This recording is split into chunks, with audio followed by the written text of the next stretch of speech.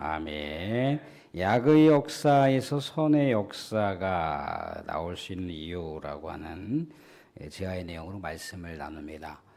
우리 사람들 이렇게 어떤 시궁창이나 이게 쓰레기가 좀 많이 이렇게 오염되어 있는 곳을 지나가면 괜히 이렇게 좀 눈살이 찌푸러지기도 하고 악취가 나기도 하고 이제 그런 좀 뭔가 불쾌한 생각을 가질 수가 있습니다. 그런데 그러한 곳에, 그러한 위치에 아주 예쁘고 아름다운 꽃이 이렇게 한 송이 딱 피어 있거나 몇 송이가 이렇게 피어 있는 것을 보면은 괜히 마음이 흐뭇해요. 그죠? 그러면서 그런 생각이 들잖아요. 어떻게 저렇게 쓰레기 오물과 같은 시궁창에서 저렇게 예쁘고 아름다운 꽃이 피울 수 있을까를 그렇게 궁금해 하기도 하고 감탄사가 절로 나오기도 한다는 겁니다. 우리들도 이렇게 신앙의 여정을 보면 물론 위에 부모님들이나 또 선조들이 신앙생활을 잘 이어받아서 그렇게 우리가 믿음의 유산을 받고 신앙생활을 하는 분들도 계시기도 하지만 당대에 믿음 생활을 하시는 분들이 있을 수 있어요. 당대에 믿음 생활 하시는 분들 중에 여러 가지 어렵고 힘든 신앙의 여정이 있었잖아요. 그죠? 뭐 우리나라가 불과 뭐 얼마 전에 이 유교 근대 사회에서 이제 현대 사회로 넘어가는 시기가 이제 유교가 점점 사라지는 그런 전통이 사라지는 그런 상황이지만 여전히 아직 한국 사회에는 유교 사회예요, 유교 사회.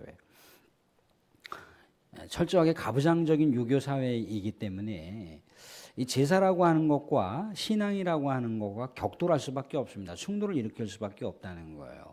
그렇기 때문에 우리 선조들 또 우리 할아버지 할머니 그 세대들은 교회를 다닌다라고 하는 것이 굉장히 창피했다는 거죠. 부끄러웠다는 겁니다.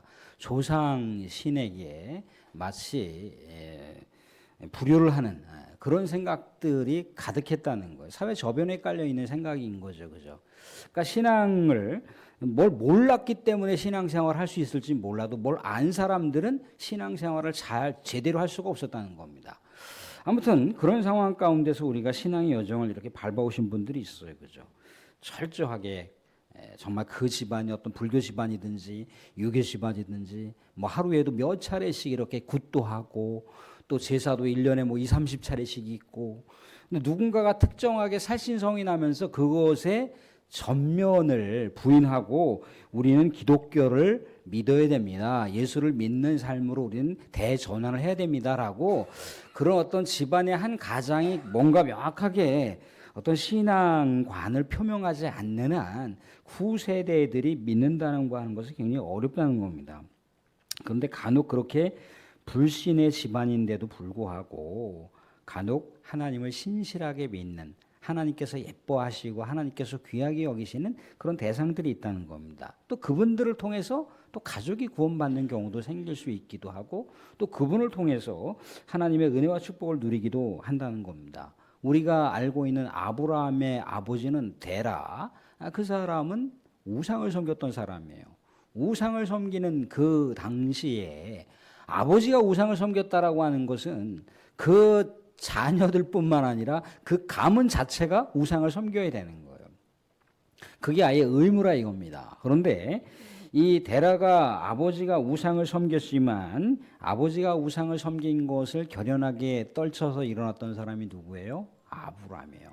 물론 그 안에는 우리 하나님의 섬세한 사랑과 인도하심이 있었기 때문에 우리 하나님께서 아브라함을 부르셨기 때문에 너는 너희 본토 친척 아비집을 떠나서 내가 내게 지시할 땅으로 가라 그렇게 우리 하나님께 특명을 내리셨기 때문에 그 길을 따라서 믿음의 조상이 되었다라고 하는 그런 놀라운 광경을 볼 수 있지만 이렇게 한 집안에서 믿지 않는 집안에서 불신의 집안에서 더더구나 악의 집안에서 믿음 생활한다라고 하는 것은 쉽지 않다는 겁니다. 우리 코로나 시기부터 최근까지 교회 그 컨설팅 하시는 분들이 이 신앙에 대한 이 조사를 했습니다. 과연 신앙은 과연 어떻게 믿음의 유산으로 남을까 조사를 해봤는데 이게 이제 믿음의 가정에서 자란 자녀들은 나중에 이렇게 시간이 될 때, 시간이 흘러서 다시 돌아올 가능성이 많다는 거예요. 그런데 그 부모가 당대 신앙생활을 하지 않거나 교회를 다니지 않으면 그 자녀들이 언제든지 교회를 떠날 수 있다는 겁니다. 물론 친구들이 있고 또 사랑하는 사람들이 있었기 때문에 잠시 교회에 학창 시절 때 머무를 수 있을지 몰라도 20대, 30대 이제 중년을 접어들면 교회를 아예 안 나간다는 게 통계치 분석에 나온 내용인 거예요. 그러니까 부모가 신앙생활을 하지 않으면 그 자녀가 신앙생활을 하지 않는 것이 거의 정설로 굳어져 있는 현주소라고 하는 것을 우리가 알 수가 있습니다. 오늘 우리는 아스라고 하는 그 당시에 정말 악의 화신이라고 일컬어질 만한 당시에 우리 하나님을 거역했던 1등 공신이라고 일컬어지는 이 아스 왕.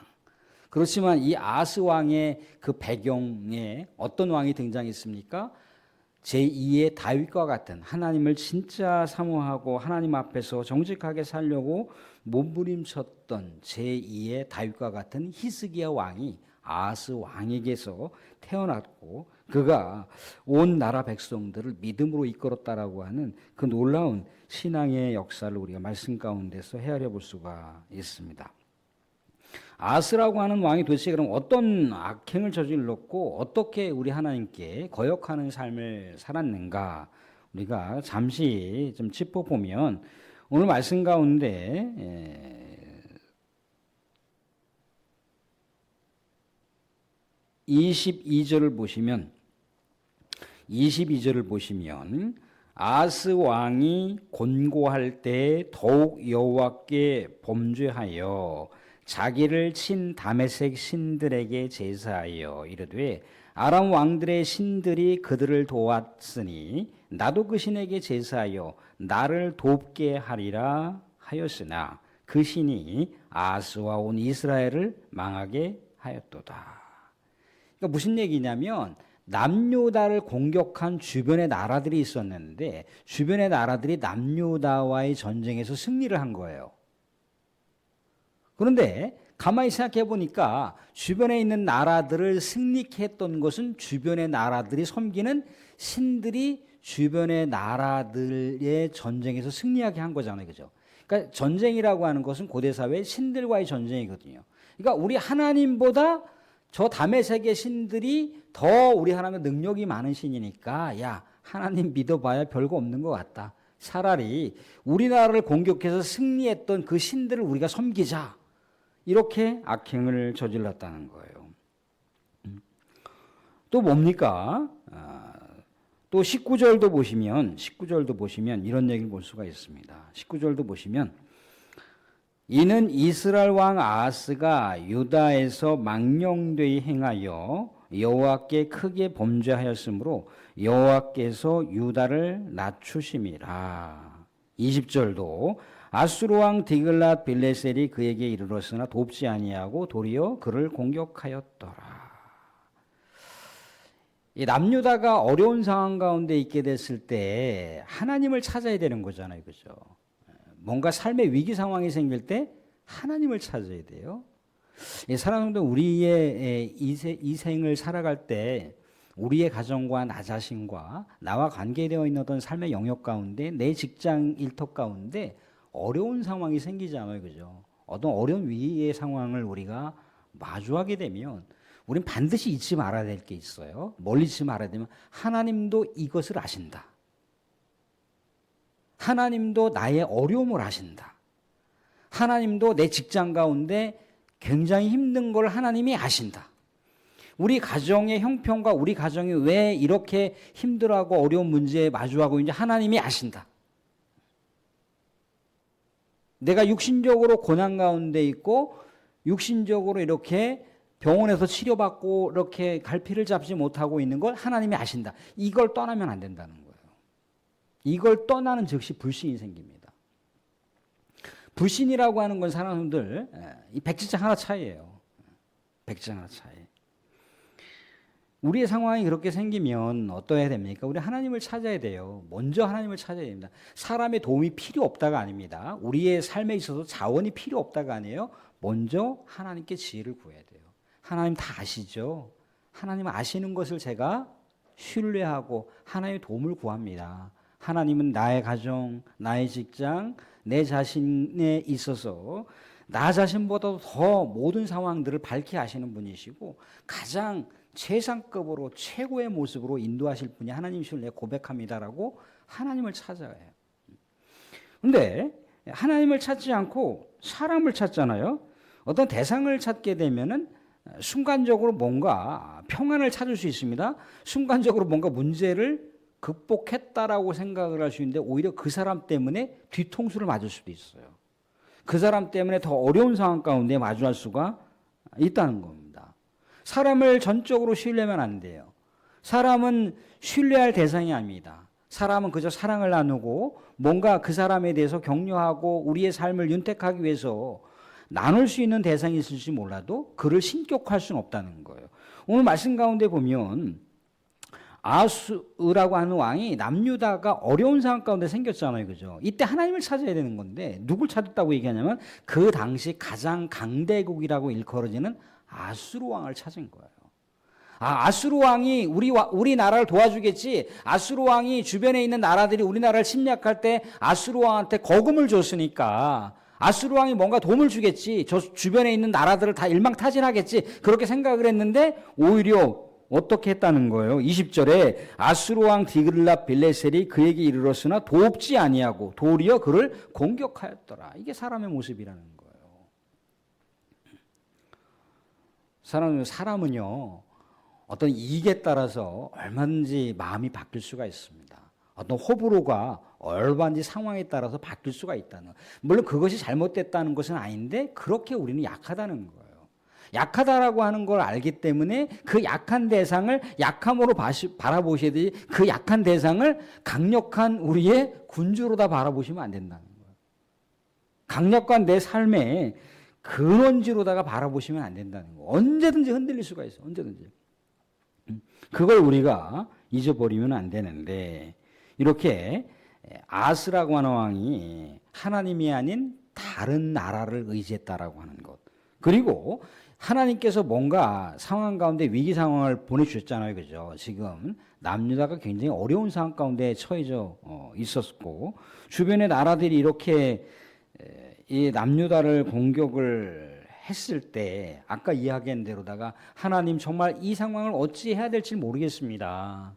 하나님께서 이 상황을 지켜주시지 않고 이 상황을 하나님께서 붙들어 주시지 않으면 제가 어떻게 이 상황을 타게 나갈 수가 있겠습니까? 하나님 도와주세요라고 해야 되는데 우리 뭐 하나님 뭐 믿어봐야 나올 것도 없고 뭐 도움도 안 되고 뭐 그저 그렇게 그냥 명목상 그냥 하나님이지 뭐 우리한테 크게 피부적으로 와닿지도 않는데 그냥 우리나라 공격해서 승리했던 나라의 그 신들이나 우리가 좀 모셔보자. 그래서 어떻게 했습니까? 기가 막힐 노릇이 벌어지고 있는 거예요. 24절 말씀을 보시면 이렇게 나와 있습니다. 24절 25절은 같이 한번 읽어볼게요. 24절 25절 같이 봅니다. 같이 시작. 아하스가 하나님의 전에 기구들을 모아 하나님의 전에 기구들을 부수고 또 여호와의 전 문들을 닫고 예루살렘 구성마다 제단을 쌓고 유다 각 성읍에 산당을 세워 다른 신들에게 분향하여 그의 조상들의 하나님 여호와를 진노하게 하였더라. 사랑하는 우리 믿음의 백성들의 그 신앙의 근간이 뭘까요? 신앙의 뿌리가 뭘까요? 예배죠, 예배. 예배의 문을 닫으면 안 돼요. 기도의 문을 닫으면 안 돼요.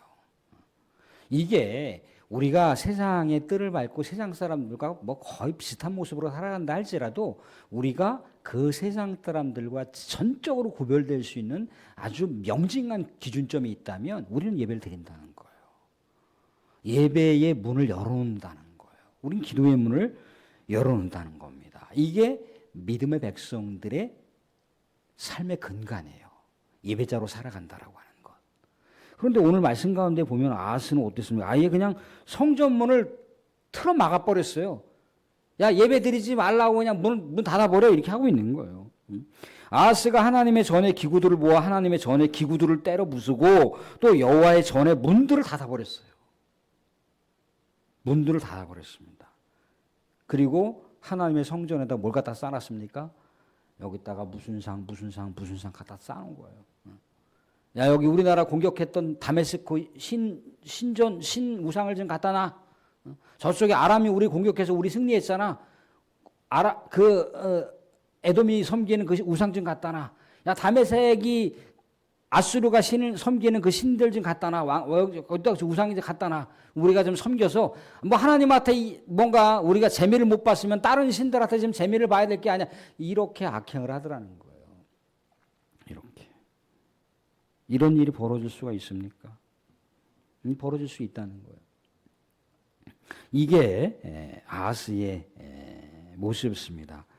사랑하는 성도, 우리는 뭐 우리 이 자리에는 대부분 우리 믿음의 이제 중직자들인데요.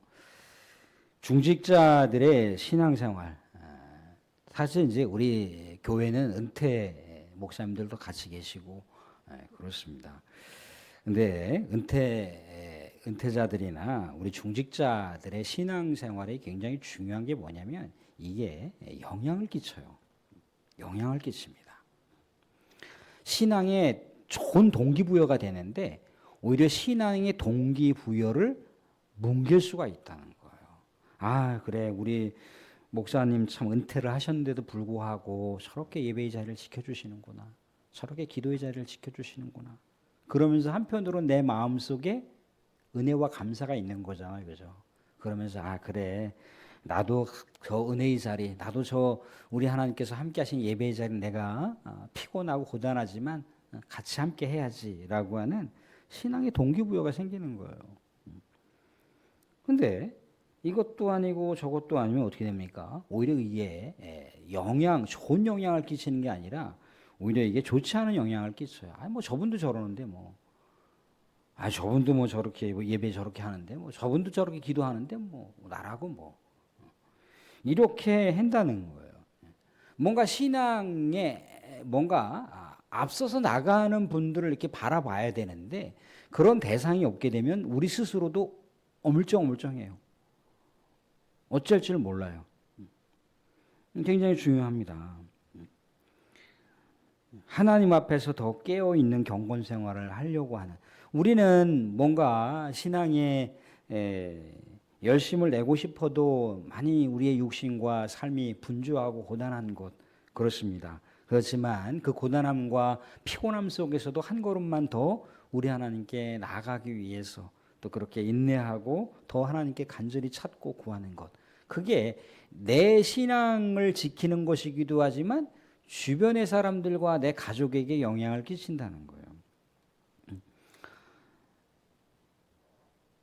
교회 안에서 우리 성도들을 우리 서로 우리가 신앙의 아름다운 격려와 신앙의 아름다운 경주와 같은 그런 동기부여를 해줄 수 있는 그것이 되지 못하면 교회가 굉장히 영적으로 침체될 수밖에 없음에 대한 것들을 오늘 아하스를 통해서 한번 생각해 봅니다.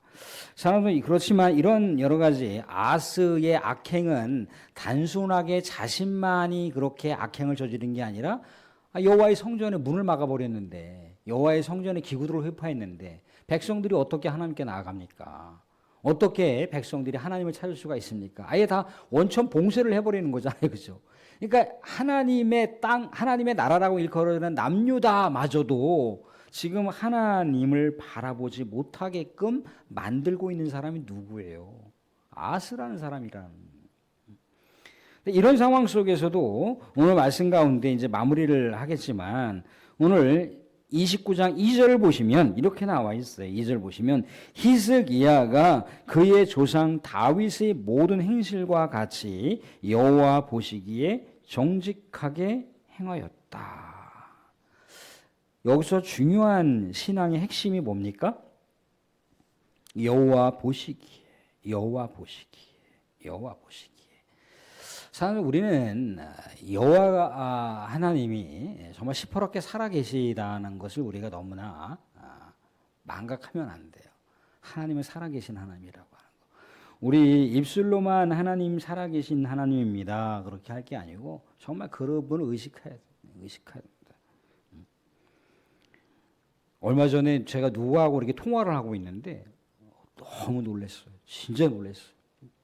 왜 놀랐냐면 이 사람이 저하고 통화를 하고 있는데 녹음을 하고 있는 거예요.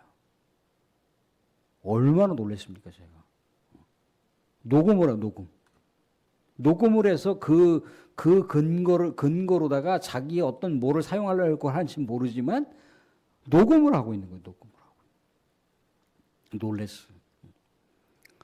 우리가 이 세상을 살아갈 때 하나님께서 우리를 바라보시는 것, 뭐 천지가 다 CCTV잖아요, 그죠? 여기 옆집에도 지금 CCTV, 뭐 우리 교회 인터넷선을 이렇게 어떻게 해서 지금 CCTV 몇 개를 설치하려고 해요. 천지가 다 CCTV예요, 그죠? 뭐 그것 때문에 물론 뭐 긍정적인 요소가 있긴 하지만 우리의 삶이 다 뭔가 이렇게 다 발가벗겨져 있는 그런 모습이라는 거죠, 그죠? 근데 물론 그렇게 사람을 의식하고 누군가가 내가 이야기하는 것을 녹음하고 누군가가 내가 살아가고 있는 삶의 단면을 CCTV로 뭔가 찍고 이제 이렇게 우리가 사람을 바라보면서 살아가는 어떤 의식들도 우리가 되고 있는데 하나님은 정말 우리의 저 속마음까지 살펴보시는 분이잖아요, 그죠? 그러니까 하나님 앞에서 이렇게 히스기야가 하나님 앞에서 그렇게 정직하게 바르게 살려고 했다는 거예요. 아버지를 원망하지 않았습니다. 아버지의 불신에 대해서 탓하지 않았다는 거예요. 아버지 때문에 나라가 정말 이 위기의 상황 가운데 있었던 것에 대해서 아버지 책임이라고 떠넘기지 않았다는 거예요. 히스기야는 그랬습니다. 오히려 하나님 아버지께 벌 내리실 게 있다면, 우리 아버지께 징계 내릴 게 있다면 저를 징계 내려주시고 저를 벌하여 주시고 정말 제가 우리 하나님께 그렇게 올려져서 우리 조상들의 죄가 저에게 오히려 다 짊어진 채로다가 그렇게 해결될 수만 있다면 하나님 우리 조상들의 죄를 내가 대신 사죄하오니 용서하여 주시옵소서. 그렇게 나아갔던 왕이 히스기야 왕이에요. 그러니까 우리의 삶도 그렇습니다. 우리는 뭔가 일이 잘 풀릴 때는 내 탓이고 일이 안 풀리면 다 남 탓합니다. 심지어 부부끼리도 그래. 부부끼리도 뭔가 잘 풀리면 아유 뭐 당신 때문에 그런 거야. 당신 때문에 그러죠. 그렇다가도 뭔가 안 되면 네 탓이다 막 그러잖아요, 그죠?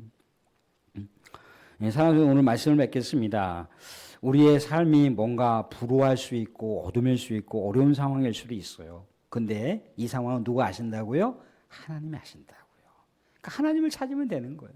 사람의 도움과 사람의 이런저런 어떤 자원들이 필요 없어 그게 아니라 하나님께 뭔가 도움을 구하고 하나님께 지혜를 구하면 그 사람에게 어떻게 도움을 받아야 될지 우리가 살아가는 가치로운 여러 가지 자원들을 어떻게 여기다 갖다가 연결시킬지 하나님께서 길을 열어주신다는 겁니다. 사람은 내 삶의 상황이 너무나 운신의 폭이 좁습니까? 너무나 되는 일도 없고 답답하기만 합니까? 사람 탓하지 마세요. 주변에 있는 누구누구 탓하지 마십시오. 하나님은 모든 상황들을 헤아려 보시고 있고 여기 상황 속에서도 하나님 어떻게 할 수가 없습니다. 하나님 너무 힘들어요. 너무 고통스럽습니다. 정말 진퇴양난입니다. 어떻게 해야 될지 모르겠어요. 하나님 도와주세요라고 하나님을 바라보면서 나아가는 것. 그래서 히브리서 기자가 믿음은 바라는 것들의 실상이라고 하잖아요. 그죠?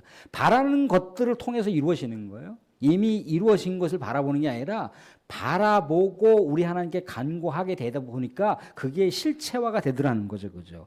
보이지 않는 것들에 지금 보이지는 않지만 뭔가 이 상황이 뭔가 확실하게 뭔가 잡을 수는 없지만 그렇게 하나님을 믿고 의지하고 신뢰하며 나아가니까 이 보이지 않는 상황 속에서도 하나하나의 뭔가 증거와 단서들이 나타나더라는 거예요. 사실 우리는 그렇게 바라봐야 됩니다. 사람들 우리는 다 히스기야와 같은 그런 사람은 아니지만 우리 나름대로 우리 하나님 앞에 우리 하나님 내 상황을 다 아셔.